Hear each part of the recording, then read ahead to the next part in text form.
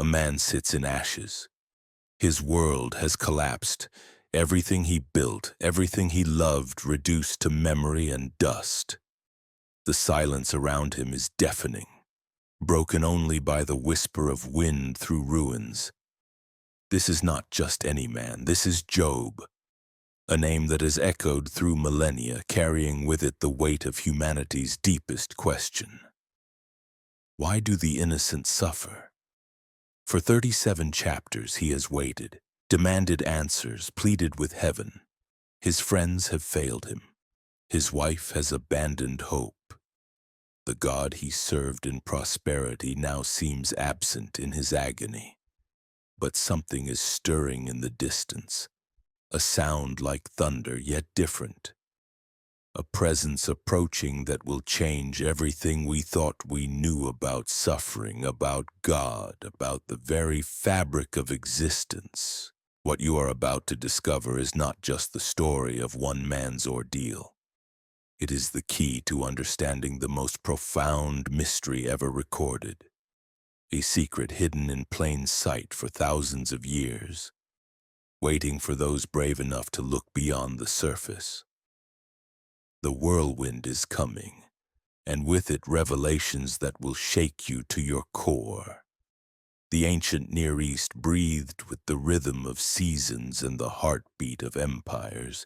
In this world of shifting sands and towering ziggurats, where gods were as numerous as the stars and just as distant, there lived a man whose very existence challenged every assumption about divine justice. Job dwelt in the land of Uz, a region scholars place somewhere between the Fertile Crescent and the Arabian Peninsula. Picture vast stretches of grazing land punctuated by oasis cities, where merchant caravans traced ancient routes between Egypt and Babylon. The air carried the scent of frankincense and myrrh, mingling with dust kicked up by countless flocks of sheep and goats. This was not a world of easy answers or comfortable certainties. The people of Job's time lived under the shadow of powerful deities who demanded appeasement through ritual and sacrifice. They believed in a cosmic order where righteousness brought blessing and wickedness brought curse. It was a theology as rigid as the bronze from which they forged their tools, as predictable as the rising and setting of the sun. Yet Job stood apart from this transactional understanding of the divine. While his neighbors built altars to hedge their bets with multiple gods, Job served the one true God with unwavering devotion. He rose early each morning to offer burnt offerings, not just for his own family, but for each of his children, fearing they might have sinned even in their hearts during the night. The man was wealthy beyond measure. 7,000 sheep grazed his lands, their bleating a constant symphony across the hills. 3,000 camels carried his goods along trade routes that stretched from Damascus to Memphis. 500 yoke of oxen plowed his fields, while 500 donkeys carried water and supplies. His household numbered in the hundreds, each servant treated with dignity and fairness that was rare in his age. But wealth was not what defined Job. It was his character that set him apart like a beacon in the moral darkness of his time. The Hebrew text describes him with 4 precise words that paint a portrait of uncommon virtue. He was Tom, blameless, possessing integrity that ran bone deep. He was Yashar, upright, walking a straight path when others took shortcuts through moral compromise. He was Yare Elohim, one who feared God, not with terror but with the reverent awe that recognizes true authority. And he was Surmeira, one who turned away from evil, actively choosing righteousness even when it cost him. In the great hall of his house, Job would sit in judgment, settling disputes with wisdom that drew people from distant villages. Widows found advocate in him. Orphans discovered protection. The poor received not just charity but dignity. He was, in every sense that mattered, a righteous man in an age when righteousness was often nothing more than ritual performance. His children reflected his values.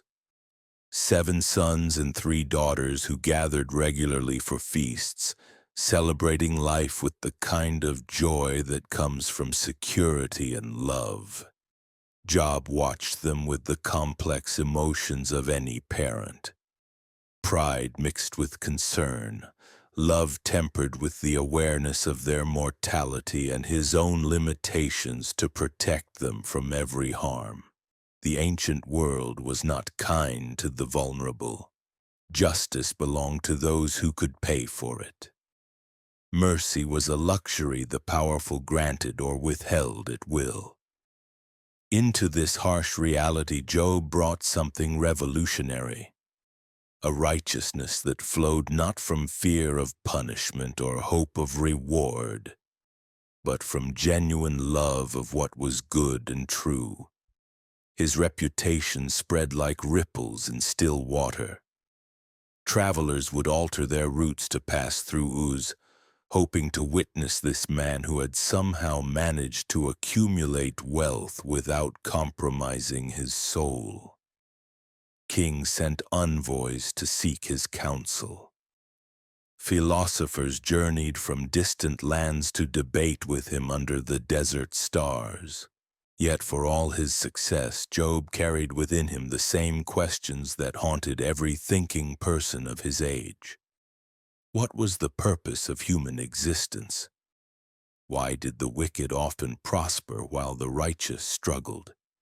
How could a just God allow injustice to flourish in his creation? These were not merely intellectual puzzles for Job. They were the deep currents that ran beneath his daily life, surfacing in quiet moments when the business of managing his vast household gave way to contemplation.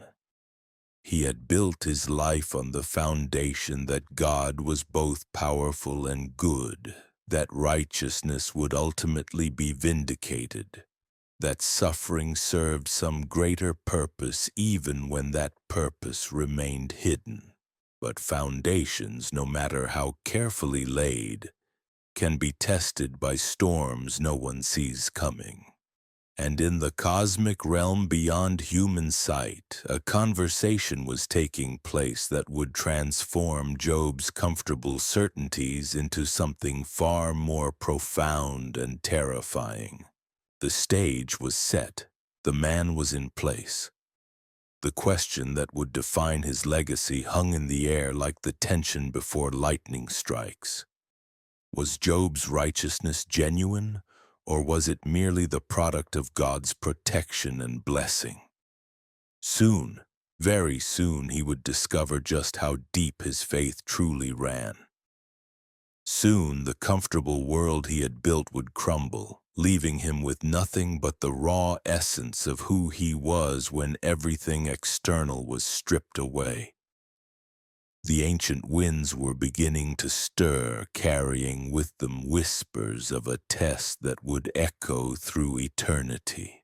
Morning light filtered through the latticed windows of Job's house, casting geometric patterns across the stone floor where he knelt in prayer. This was his daily ritual, performed with the consistency of breathing. Yet today something felt different. The words seemed to catch in his throat as if the very air had grown thicker, more resistant to his petitions. Job had always been a man of questions, though he had learned to voice them carefully. In a world where doubt was often seen as rebellion against divine order, he walked the narrow path between faith and inquiry, with the skill of someone who had spent years navigating the complexities of human nature. His questions were not born of skepticism, but of a mind too honest to accept easy answers, too engaged with reality to be satisfied with platitudes. Why, he had often wondered, did his prosperity feel like both blessing and burden? He had worked hard, yes, but he had also been born into circumstances that made success possible. He had chosen righteousness, certainly, but he had never faced the kind of desperate poverty that might tempt a man to compromise his principles. Was his goodness genuine if it had never been truly tested? These thoughts troubled him more than he let on, even to his wife. In their private conversations, when the household had settled into sleep and only the distant bleating of sheep broke the desert silence, she would sometimes catch him staring into the flame of their oil lamp, with eyes that seemed to be looking far beyond the dancing light. "What haunts you, my husband?" she had asked just nights before. "You have everything a man could desire. Your children are healthy, your flocks multiply, your reputation brings honor to our family name. Yet sometimes I see shadows in your eyes that have nothing to do with the setting sun." How could he explain the weight of unanswered questions? How could he tell her that sometimes in his most honest moments he feared his righteousness was nothing more than an elaborate transaction? Goodness offered in exchange for continued blessing? The very thought felt like betrayal of everything he claimed to believe, yet it gnawed at him with the persistence of physical hunger. Job's relationship with God had always been deeply personal, characterized by an intimacy that his contemporaries found both admirable and slightly unsettling, while others approached the divine through elaborate rituals and intermediaries. Job spoke to God with the directness of a child addressing a beloved father. Yet even in this intimacy, mysteries remained. He had dreams sometimes, vivid, unsettling visions that left him wakeful long before dawn. In these dreams he stood in vast spaces that seemed to stretch beyond the boundaries of the known world. Voices spoke in languages he did not recognize yet somehow understood. Images flashed before his inner sight that defied description, creatures of such majesty and terror that his sleeping mind recoiled from their presence. Were these merely the products of an active imagination or something more? Job had learned to be cautious about claiming divine revelation. He had seen too many men destroyed by the hubris of believing themselves special conduits of heavenly wisdom. Yet the dreams persisted, always leaving him with the same unsettling sensation that his life was being observed, evaluated, weighed in balances he could not see. His children sensed his restlessness, though they interpreted it differently than his wife. To them, their father's introspection seemed like wisdom, the natural depth of a man who carried such responsibility. They would gather around him in the evenings, drawn by his stories and insights, unaware that each tale he told, each piece of advice he offered, was filtered through his own internal struggle with the nature of existence.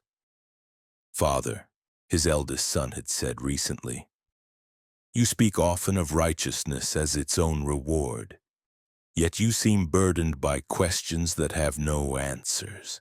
Is it not enough to do good and trust that God sees and approves?"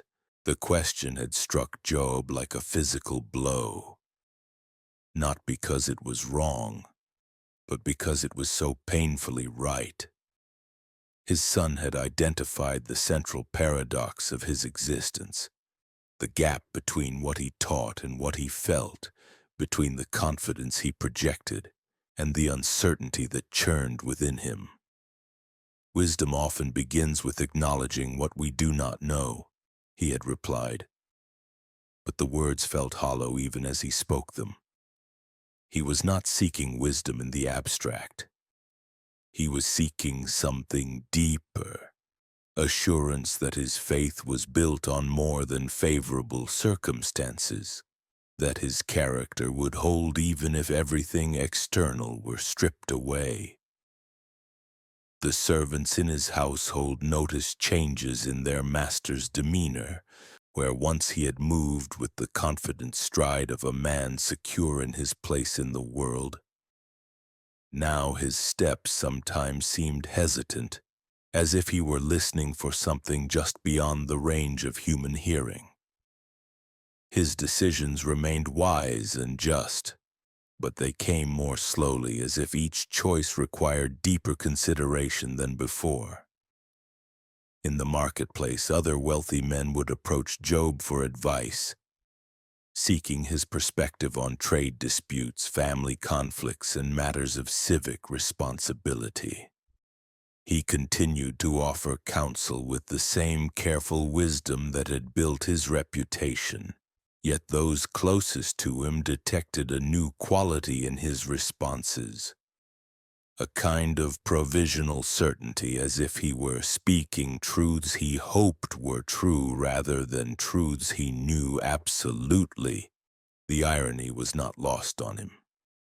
At the very moment when his external life had reached its peak, when his wealth was greatest, his children most prosperous, his reputation most secure, his internal life had become a landscape of questions without easy answers.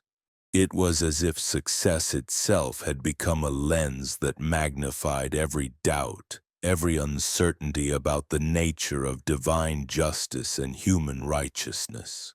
Little did he know that his questions were about to receive answers he never could have imagined. The test he unconsciously feared was approaching, not as punishment but as revelation. The God he served in prosperity was about to reveal himself in ways that would shatter every assumption Job had built about the nature of divine love and cosmic justice. The man who had built his life on righteousness was about to discover what righteousness truly meant when everything else was taken away. The desert wind carried more than dust that morning. It carried whispers of change, though Job could not yet decipher their meaning. As he moved through his daily routine, something indefinable had shifted in the very fabric of his existence, like the moment before an earthquake when animals grow restless and the air itself seems to hold its breath. His servants noticed it first, the way their master's eyes lingered on distant horizons during conversations about livestock and trade, the manner in which he paused mid-sentence, as if listening to voices only he could hear. Even his prayers had taken on a different quality, less the confident petitions of a man accustomed to divine favor, and more the searching cries of someone standing at the edge of an unknown territory. The dreams had intensified. No longer content to visit him only in sleep, they now intruded into his waking hours like shadows that fell without objects to cast them. In these visions he found himself walking through landscapes that defied the laws of nature. Valleys that stretched upward into infinity, mountains that bent like wheat in an impossible wind, seas that flowed overhead while he walked on their beds, breathing air that tasted of eternity. Most disturbing of all were the voices, not audible in the way human speech travels through air, but present in the way certainty lives in the heart. They spoke of things that made no sense in his ordered world. of tests that revealed rather than punished, of love that expressed itself through apparent abandonment, of purposes so vast that human comprehension could only grasp them in fragments. "The faithful shall be made more faithful," one voice had whispered during his morning prayers. "The tested shall become testimony." Job had pressed his face to the stone floor of his private chamber, not in worship, but in confusion. What need did his faith have of testing? Had he not proven his devotion through decades of consistent righteousness? Had he not built altars with his own hands, offered sacrifices from his own flocks, interceded for his children with the regularity of sunrise? Yet even as he asked these questions, a deeper part of him recognized their insufficiency. There was a difference between faith that had never been challenged and faith that had survived the furnace. The first was hope. The second was knowledge. And somehow, in ways he could not articulate, Job sensed that his comfortable certainties were about to be transformed into something far more profound and terrible. The natural world seemed to mirror his internal turbulence. His shepherds reported strange behavior among the flocks. Sheep gathering in tight clusters as if seeking protection from invisible predators. Goats refusing to graze in areas where they had fed contentedly for years. The very birds altered their flight patterns, avoiding his lands as if some unseen presence had claimed the territory. His wife began to comment on changes in his appearance. "You look like a man who has seen his own ghost," she said one evening as they shared their meal. "Your eyes carry shadows that weren't there before. What burden are you carrying that you haven't shared with me?" How could he explain that the burden was not something he carried, but something that seemed to be carrying him? That he felt like a man caught in a current too powerful to resist, swept toward a destination he could neither see nor understand. The very foundations of his identity, successful merchant, devoted father, righteous man, felt suddenly provisional, as if they were costumes he had been wearing rather than truths he embodied. His children, too, sensed the change.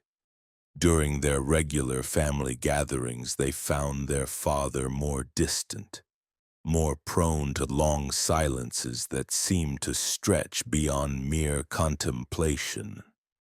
When they asked for his wisdom on matters of business or marriage or the complexities of human relationships, his answers came more slowly, wrapped in qualifications and uncertainties that were foreign to the decisive man who had raised them. "Father," his youngest daughter asked during one such gathering, "you seem to be waiting for something. What is it you expect to happen?" The question struck him with unexpected force. Was he waiting? And if so, for what? He had everything a man could reasonably desire. His wealth continued to grow, his family remained healthy. His reputation for wisdom and justice drew people from distant lands. Yet there was an expectancy in the air around him, a sense of approach that made him feel like a man standing on a shore, watching the horizon for a ship he had never consciously summoned.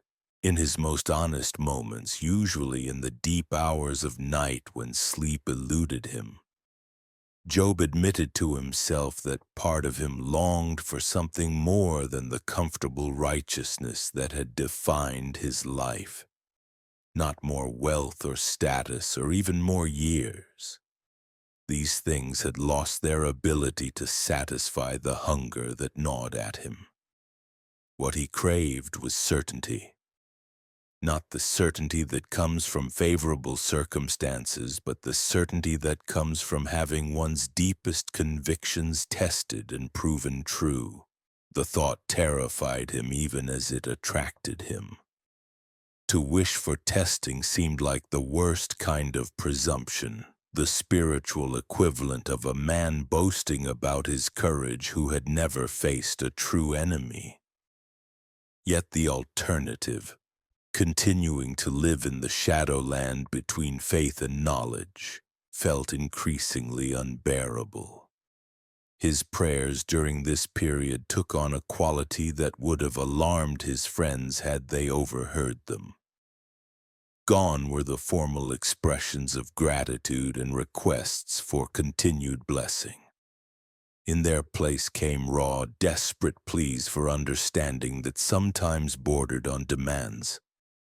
"Show me," he would whisper into the pre-dawn darkness. "If this righteousness is real, prove it. If this faith can survive more than prosperity, let it be tested. I would rather know the truth of my own heart than continue living in comfortable uncertainty." The ancient world held many beliefs about the nature of divine testing. Some saw it as punishment for hidden sins. Others viewed it as random catastrophe that befell both righteous and wicked without discrimination. A few believed it was the universe's way of maintaining cosmic balance, ensuring that no mortal became too comfortable in their earthly success. Job had always rejected these explanations as inadequate. A just God would not punish the innocent. A purposeful creation could not be governed by randomness. A loving father would not torment his children merely to maintain some abstract cosmic equilibrium. Yet if these explanations were false, what was the truth about suffering and testing and the mysterious ways of divine providence? The answer was approaching with the inevitability of dawn, though Job could not yet see its light. In the realm beyond human perception, conversations were taking place that would soon reshape his understanding of everything he thought he knew about God, about righteousness, and about the purpose of human existence. The man who had built his life on the solid foundation of moral certainty was about to discover that some truths could only be learned in the ruins of everything he had previously held dear. The comfortable faith of his prosperity was about to be transformed into something far more costly and infinitely more precious. The whispers in the wind were growing stronger, carrying with them the scent of change that would alter not just one man's destiny, but humanity's understanding of what it meant to trust in the divine when all earthly supports had been stripped away. Soon, very soon, Job would learn the difference between believing in God's goodness and knowing it. The distinction would cost him everything he possessed and give him everything he had unknowingly sought. The day began like any other, yet from its first moments the very air seemed charged with significance that defied explanation. Job rose before dawn, as was his custom. But instead of moving immediately to his prayers, he found himself drawn to the flat roof of his house, where he often went to watch the sun paint the desert in shades of gold and crimson. The sky that morning was a canvas of impossible beauty. Colors bled into one another with the fluidity of water, deep purples giving way to brilliant oranges, soft pinks melting into the pale blue of approaching day. Yet beneath this beauty lay something else, a quality of light that seemed to come from beyond the visible spectrum, illuminating not just the landscape but the hidden corners of his soul. As Job stood there, his prayer shawl wrapped around his shoulders, the familiar words of morning devotion died on his lips. The routine petitions that had structured his spiritual life for decades suddenly felt inadequate, like trying to capture the ocean in a clay jar. Something was approaching that required a different kind of preparation, a different quality of attention.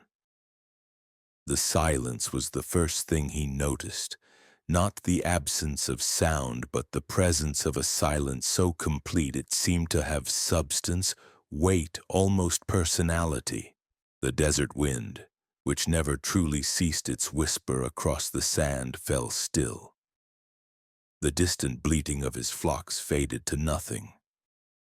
Even the eternal murmur of his household staff going about their morning tasks seemed muffled, as if the world itself were holding its breath.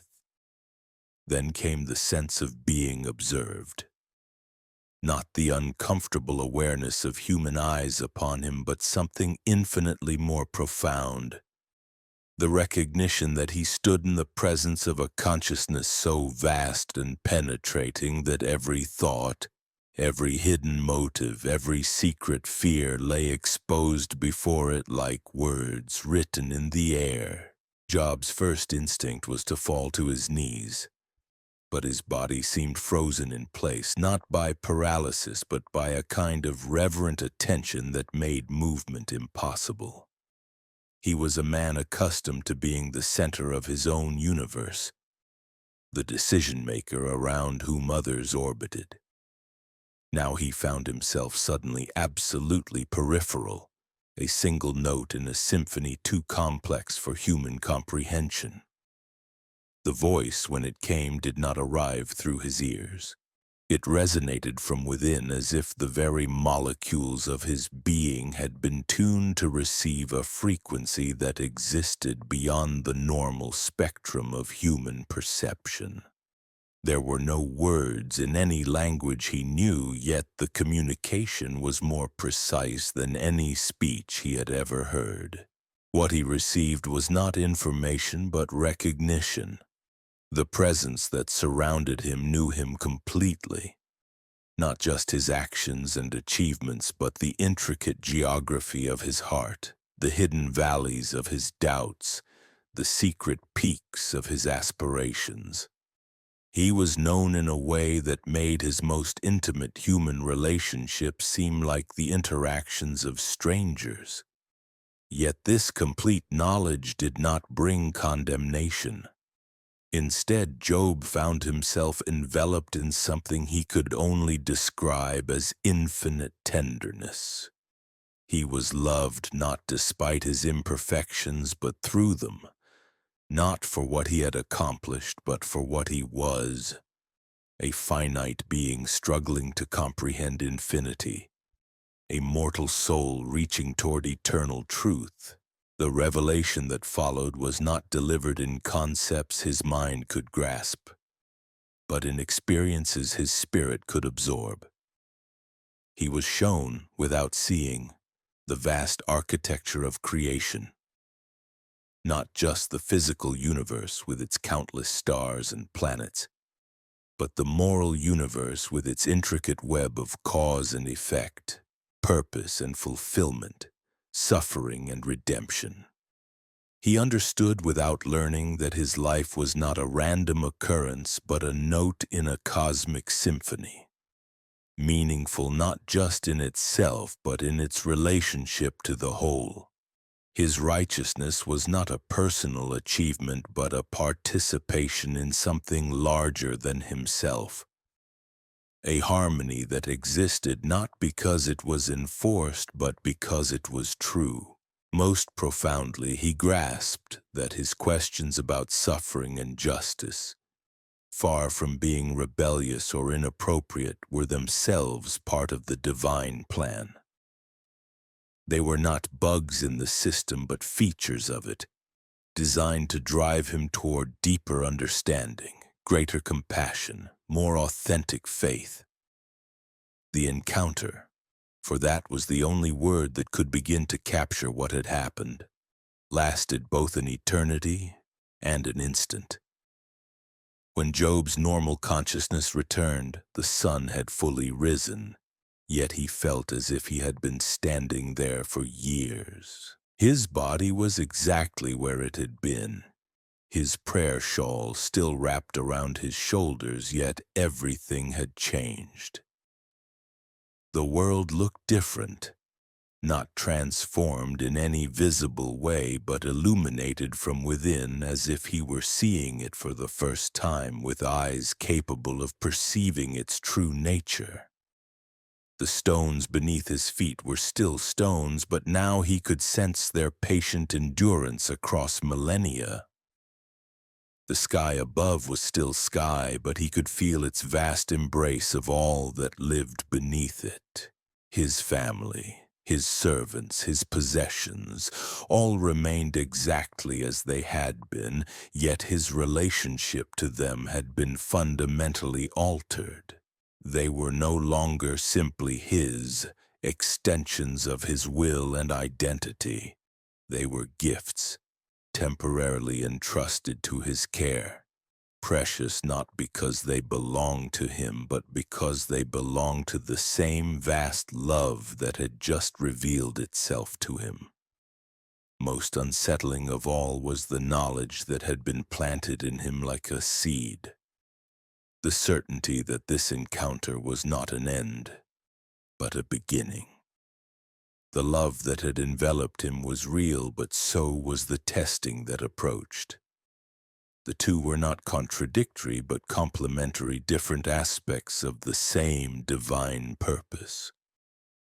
Job descended from his rooftop a changed man, though he could not yet articulate how or why. His steps felt different, as if he were walking on holy ground, which he now realized was everywhere. His voice, when he spoke to his servants about the day's business, carried a quality that made them look at him with new attention, though none could have said what had changed. That evening, as he gathered with his family for their meal, his wife studied his face with the careful attention of someone who had shared a life with him for decades. "Something has happened," she said simply. "You look like a man who has been somewhere far away, even though you never left the house." He smiled at her perception, but found himself unable to explain what had occurred. How could he describe an encounter with the indescribable? How could he put into words an experience that had happened beyond the realm of language? All he could say was, "I have been reminded of who I am and whose I am." His children, too, sensed the change. They gathered around him as they always did, seeking his wisdom and blessing. But tonight his hands seemed to carry a different weight as he placed them on their heads. His prayers over them were the same words he had always used, yet they seemed to resonate with deeper authority, as if they were being spoken by someone who had recently stood in the presence of their ultimate source. As the household settled into sleep, Job remained awake, not from anxiety, but from a kind of energized peace that made rest unnecessary. He walked through his home, seeing it with new eyes, the carefully arranged furnishings, the stored grain and oil, the accumulated wealth of a lifetime's work. All of it beautiful, all of it temporary, all of it held in trust rather than possession. He thought of the dreams and whispers that had been troubling him in recent weeks. Now he understood them differently. They had not been harbingers of disaster, but preparation for revelation. His spirit had been sensing the approach of something magnificent and terrible, something that would test the very foundations of his existence while simultaneously revealing their true nature. The man who went to bed that night was still Job, husband, father, successful merchant, respected member of his community. But he was also something more, something he had always been but had never fully known. A participant in a cosmic drama, a character in a story whose scope transcended his individual life while giving that life ultimate meaning. Tomorrow would bring its own revelations. The testing that had been hovering at the edges of his consciousness was about to become reality. Yet for the first time in weeks, Job felt truly at peace. Whatever came, he would face it not alone, but in the strength of the love that had just revealed itself to him. The encounter beyond words had ended, but its echoes would reverberate through every moment that remained to him, transforming suffering into service, questions into deeper trust, and a man's individual story into a testament for all humanity. In the days that followed his rooftop encounter, Job moved through his familiar routines like a man learning to walk in a world where gravity had subtly changed. The divine presence had withdrawn its immediate intensity, yet it had left behind something more challenging than its overwhelming nearness. The slow burning awareness of a purpose too vast for human comprehension, yet somehow centered on his individual existence. The weight of this knowledge was unlike anything he had ever carried. It was not the burden of responsibility he knew from managing his vast household, nor the pressure of making decisions that affected hundreds of lives.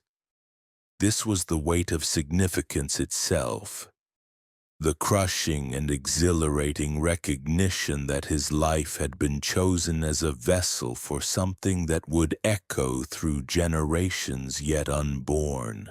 Sleep became elusive, not from worry but from the restless energy of a man who had glimpsed the intricate machinery of divine purpose and discovered himself to be one of its crucial components.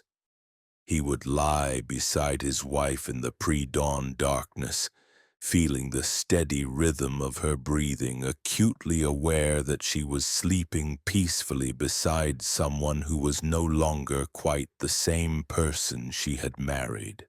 During these wakeful hours, Job found himself wrestling with questions that had no comfortable answers.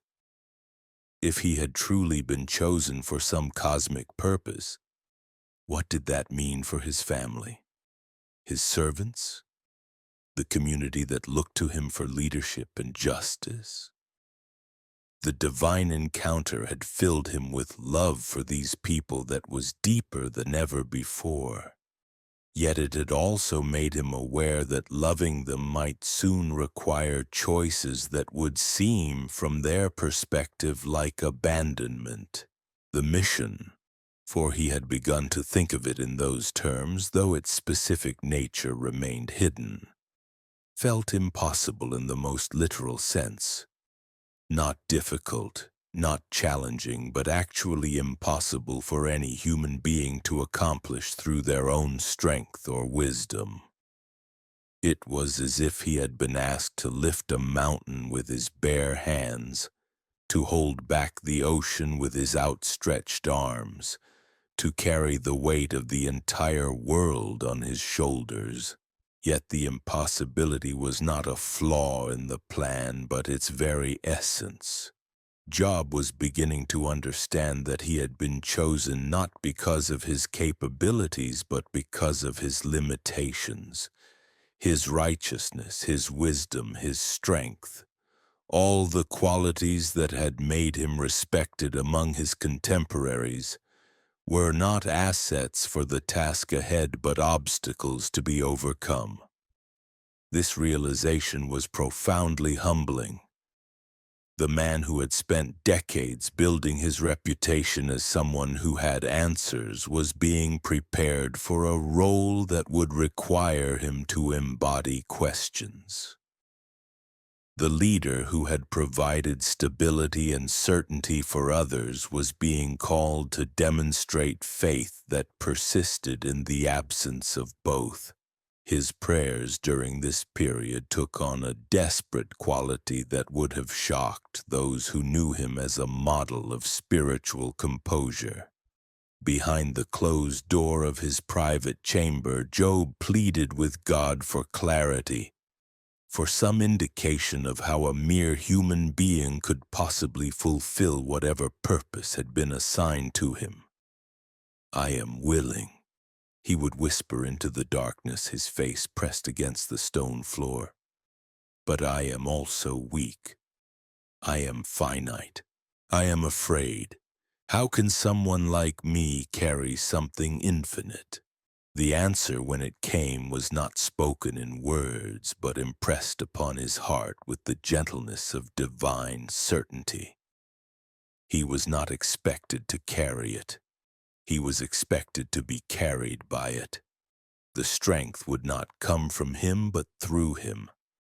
The wisdom would not be his, but would flow through his willingness to confess his ignorance.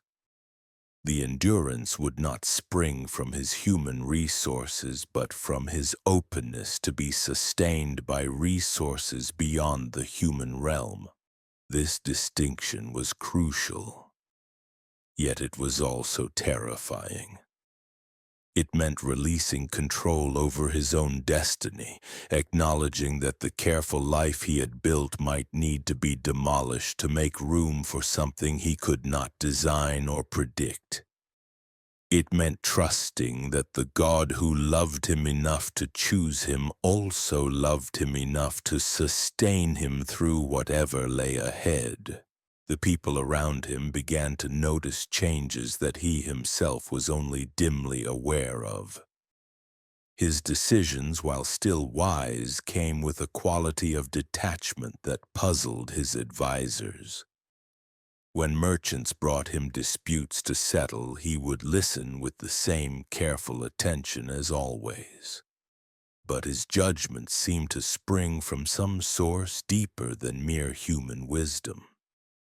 His words carried weight that exceeded their surface meaning, as if they were being spoken by someone who had seen the end of the story and was working backward to explain its beginning. His children found their father more present and more distant simultaneously. He would listen to their concerns with an intensity that made them feel truly heard. Yet sometimes his responses seemed to address questions they had not asked, needs they had not expressed. It was as if he were seeing them not just as they were, but as they were destined to become, and his love for them encompassed both their current selves and their future transformations.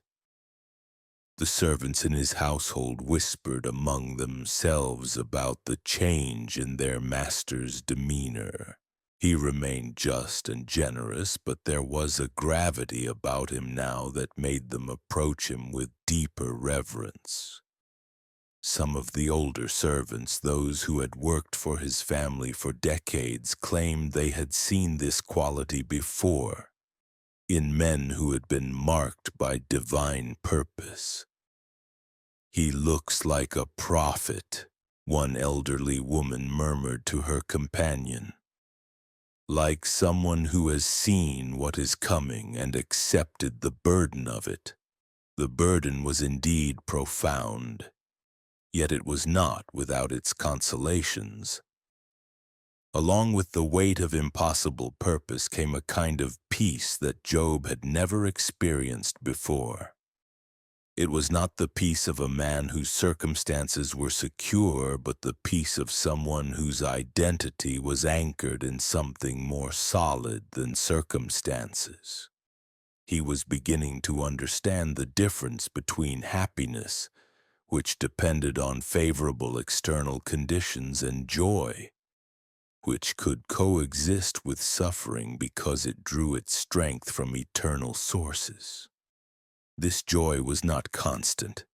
There were days when the weight of his calling felt crushing, when the magnitude of what lay ahead threatened to overwhelm his human resources. Yet even in these moments of near despair, something sustained him, a presence that was not always felt but was always real, a strength that was not his own but was somehow available to him, a love that asked everything of him while simultaneously promising to provide everything he would need. The impossible mission was beginning to take clearer shape in his consciousness, though its details remained shrouded in divine mystery. He was to become a living demonstration of faith that persisted beyond reason, love that endured beyond hope, trust that survived the apparent absence of everything trustworthy. He was to show the world that righteousness was not a transaction but a relationship, not a means to an end, but an end in itself. Most challenging of all, he was to prove that God's love was real, even when every visible sign of that love had been removed. He was to stand before the cosmos as evidence that divine goodness was not dependent on human perception of it, that ultimate reality was more solid than immediate experience. The magnitude of this calling was breathtaking. To succeed would require him to transcend every natural human instinct for self-preservation, every reasonable expectation of divine protection, every conventional understanding of how relationships between the holy and the human were supposed to work.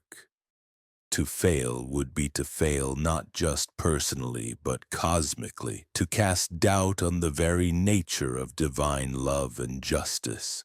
Yet as Job contemplated this impossible mission, he found himself filled not with dread but with a strange anticipation. He had always wondered what his life was for, what purpose justified his existence beyond mere success and comfort. Now he knew. He had been chosen to answer through his own experience the deepest questions that haunted human consciousness. Story. His individual was about to become a universal testimony. The man who had built his life on solid foundations was about to discover what could be built on no foundation except trust. The mission was impossible, but so was the one who had assigned it. And in that impossibility lay the seed of everything that was about to unfold.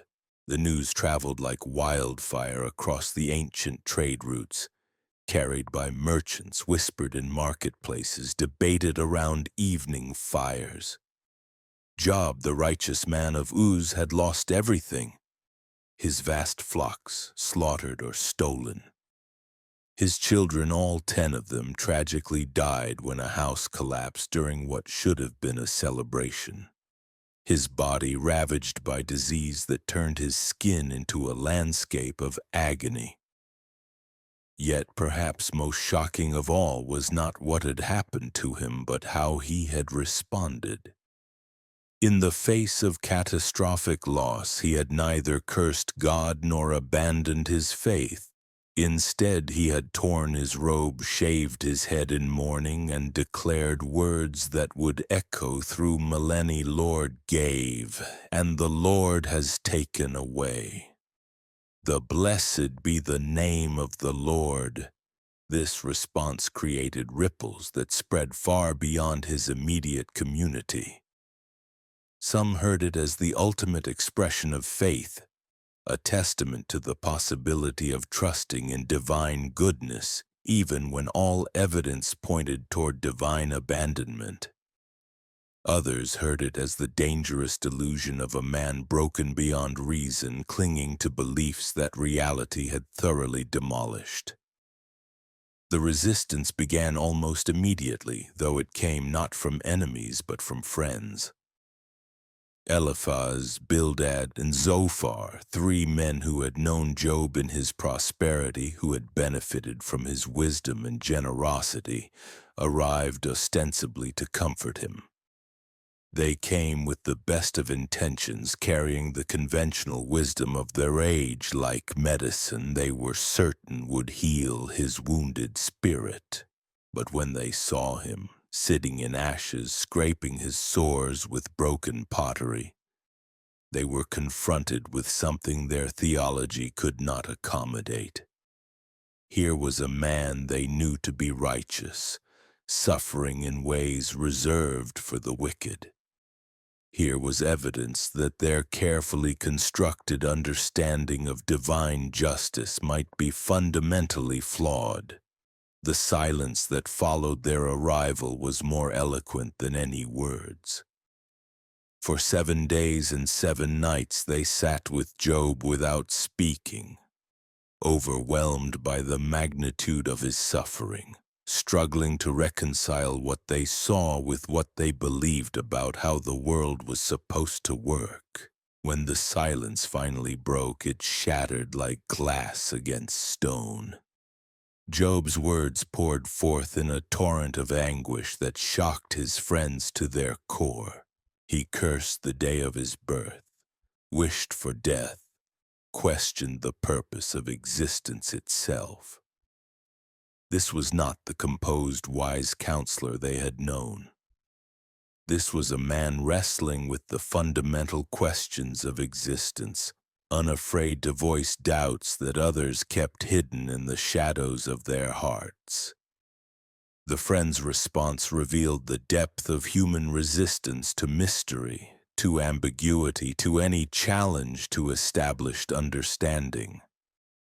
Unable to accept that Job's suffering might be purposeless, or worse, that it might serve a purpose beyond their comprehension, they began the ancient work of explanation, of forcing the square peg of reality into the round hole of their preconceptions. Eliphaz spoke first, his voice carrying the authority of age and experience. "Remember now, who that was innocent ever perished? Or where were the upright cut off? As I have seen, those who plow iniquity and sow trouble reap the same." His words were not cruel in intention. They came from a genuine desire to help Job understand his situation in a way that would restore his faith in cosmic justice. If must be a reason. If there Job was suffering, there was a reason. It must be connected to something Job had done wrong. Find the sin, confess it, repent, and restoration would follow. This logic was seductive in its simplicity. It promised a world where effects had traceable causes, where suffering could be explained and therefore controlled. It offered the comforting illusion that righteousness was a form of insurance, protecting the good from the random cruelties that befell the wicked. But Job knew better. His integrity would not allow him to confess sins he had not committed, to accept guilt for disasters that had no connection to his actions. His response cut through their theological constructions with the sharp edge of lived experience. "What strength do I have that I should hope? And what is my end, that I should prolong my life?" The debate that followed revealed the fundamental tension between human need for explanation and divine mystery that transcends explanation. Each friend offered variations on the same theme.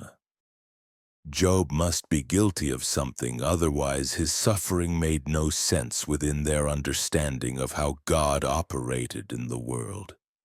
Bildad appealed to tradition, to the accumulated wisdom of the ages.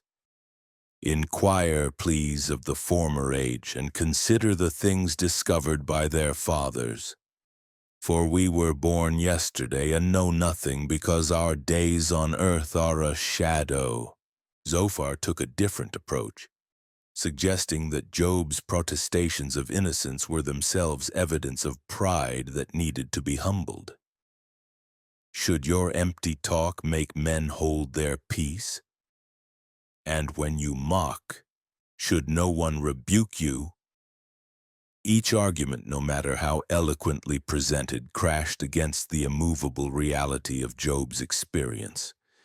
He had lived a life of genuine righteousness, not perfect but sincere, not sinless but consistently oriented toward justice and mercy. He knew his own heart, his own actions, his own intentions. The friend's explanations required him to either lie about his past or doubt his own moral perceptions. The resistance came not only from his friends, but from the broader community that had once revered him. Word spread of his continued insistence on his innocence, of his refusal to accept the simple explanations that would have made everyone more comfortable. Some saw this as admirable integrity, but many viewed it as stubborn pride, a dangerous example that might encourage others to question the established order. Former allies began to distance themselves. Business associates found reasons to avoid his presence. Even family members struggling with their own grief and confusion began to wonder if there might be truth in the friend's accusations. The isolation that had begun with physical suffering deepened into social and spiritual exile. Perhaps most painful of all was the resistance he encountered from his own wife, the woman who had shared his prosperity and now shared his devastation. Watching her husband waste away, seeing him cling to faith that seemed to bring only more suffering, she finally broke. "Do you still hold fast to your integrity?" she cried, urging him to abandon his faith in all hope. But Job refused. Her words came not from cruelty, but from love distorted by anguish.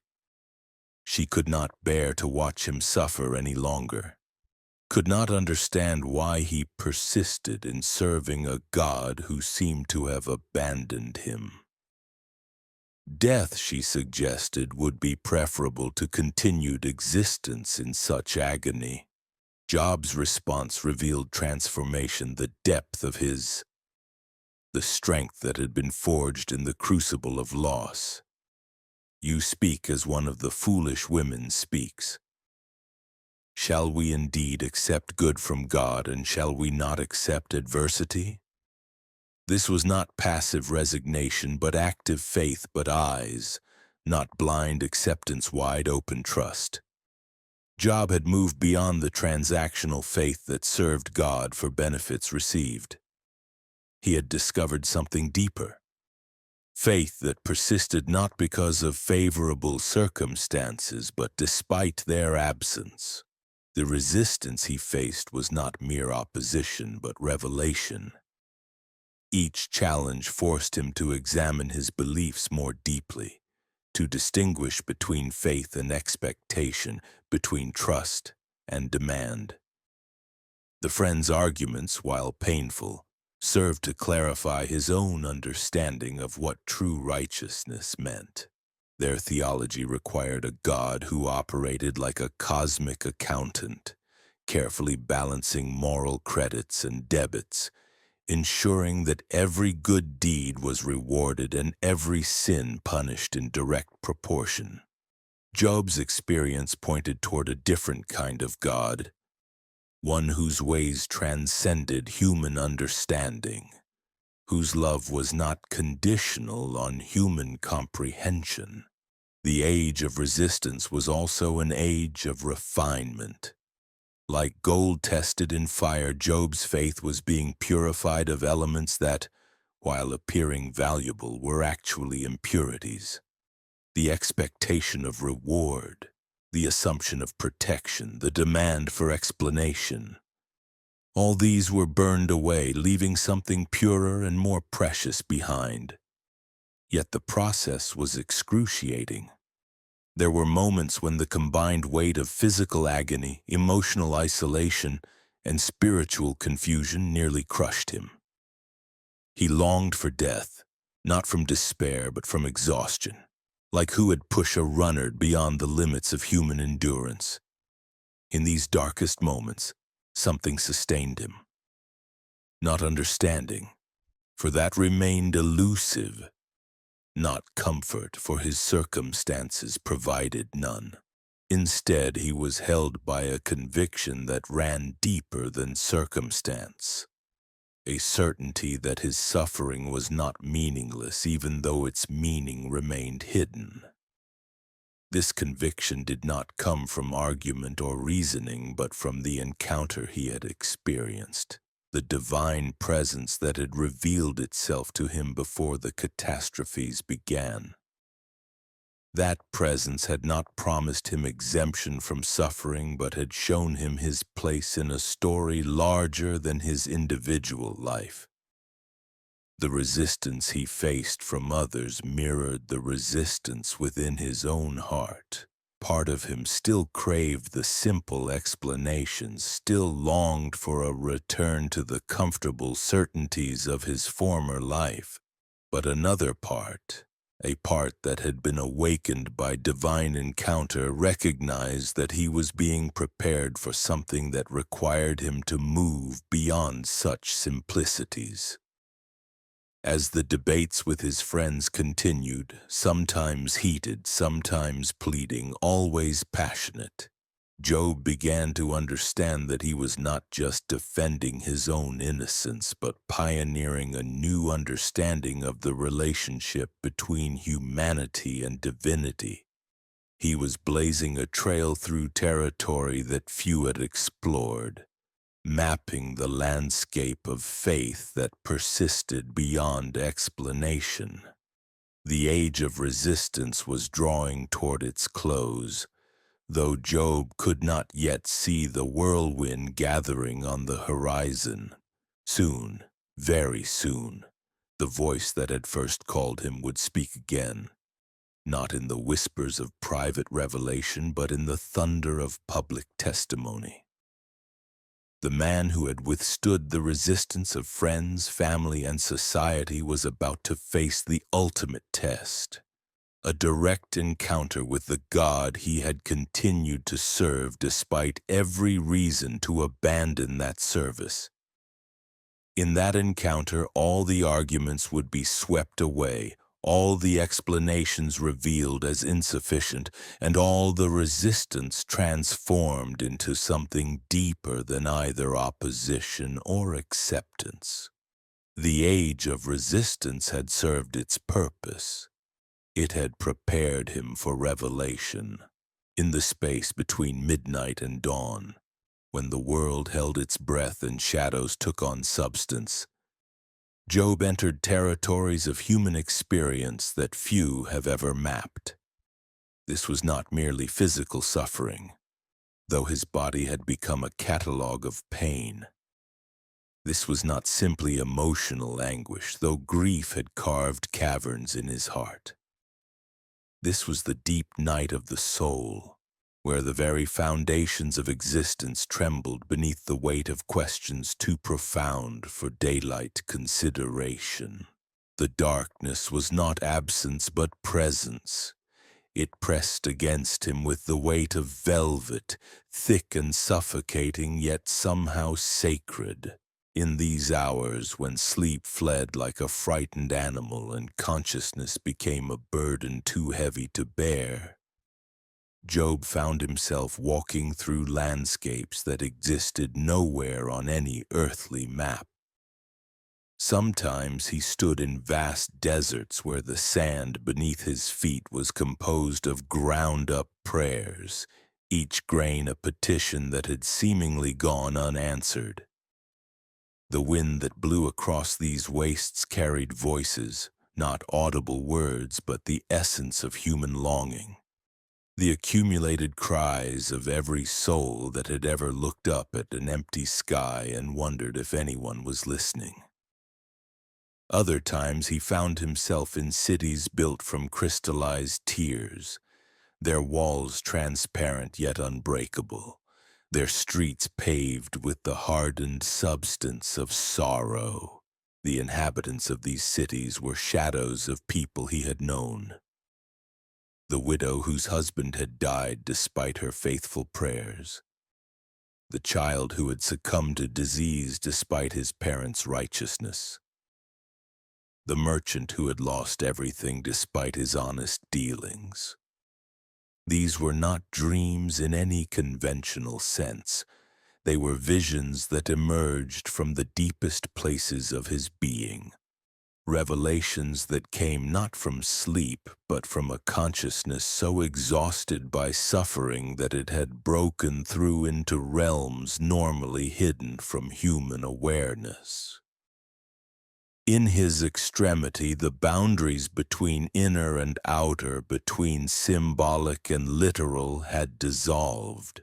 The most haunting of these visions was the recurring image of a great tree.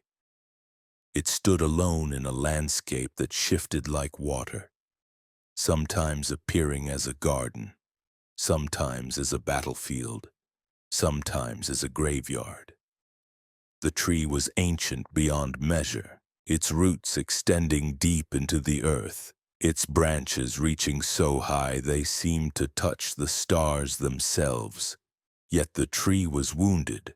Its bark was scarred by lightning strikes, its branches twisted by storms that had raged for centuries. Some limbs had been severed entirely, leaving jagged stumps that wept a substance that looked like sap but felt like sorrow. The leaves that remained were not green but silver, catching light that came from no visible source, and reflecting it in patterns that hurt to look at directly. Job understood without being told that this tree was existence itself, not just his own life but the entire project of creation, everything that lived and breathed and struggled and hoped.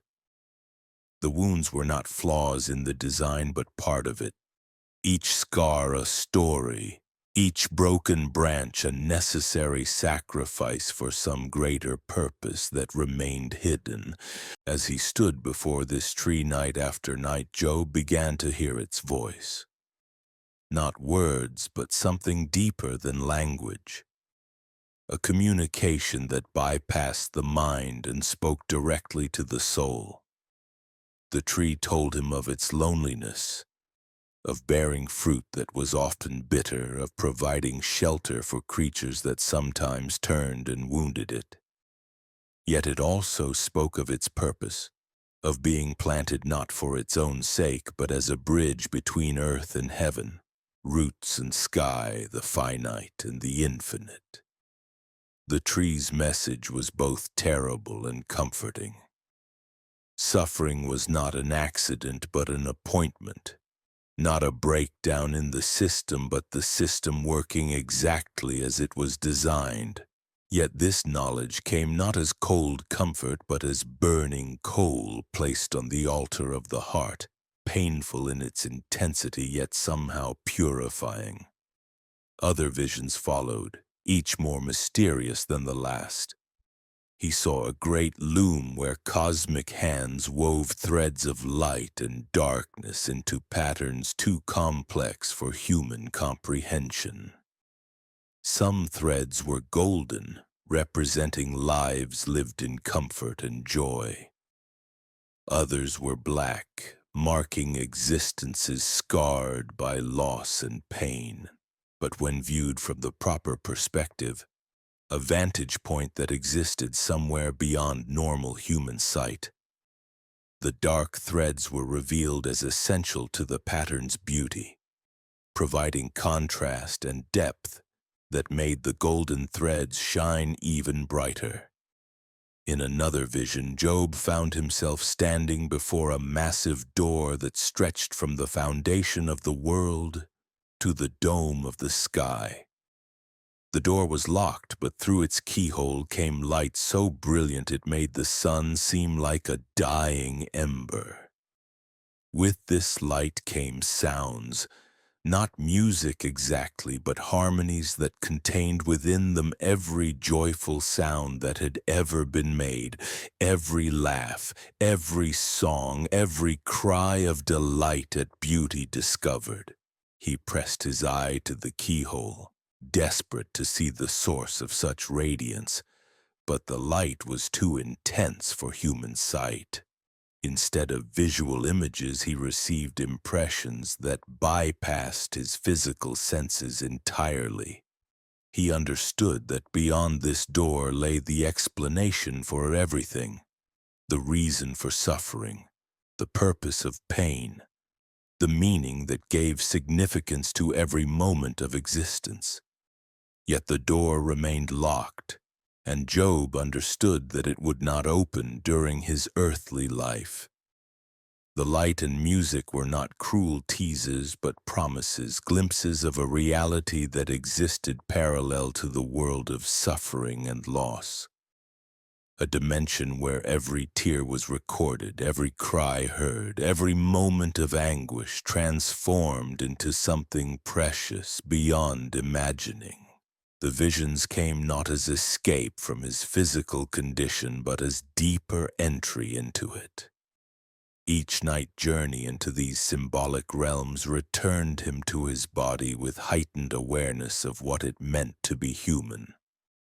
Finite yet touched by infinity.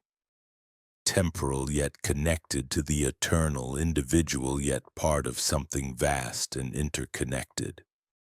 His friends, when they saw him emerge from these visionary states, assumed he was losing his sanity. The look in his eyes was too intense, too focused on realities they could not see. His words, when he spoke of what he had witnessed, sounded like the ravings of a fever-addled mind. How could they understand references to trees that wept silver tears or looms that wove light and darkness into cosmic tapestries? The secret was never hidden in complex theology or ancient rituals. It was written in the whirlwind itself, in the voice that speaks not to explain suffering but to reveal the heart that beats behind all creation. Job's story became humanity's story, a testament that faith is not a transaction but a relationship, not a guarantee against pain but a promise of presence within it. Today, when storms rage in your own life, remember the man who sat in ashes and discovered that even in the deepest darkness he was not alone. The same voice that spoke from the whirlwind still whispers your name, still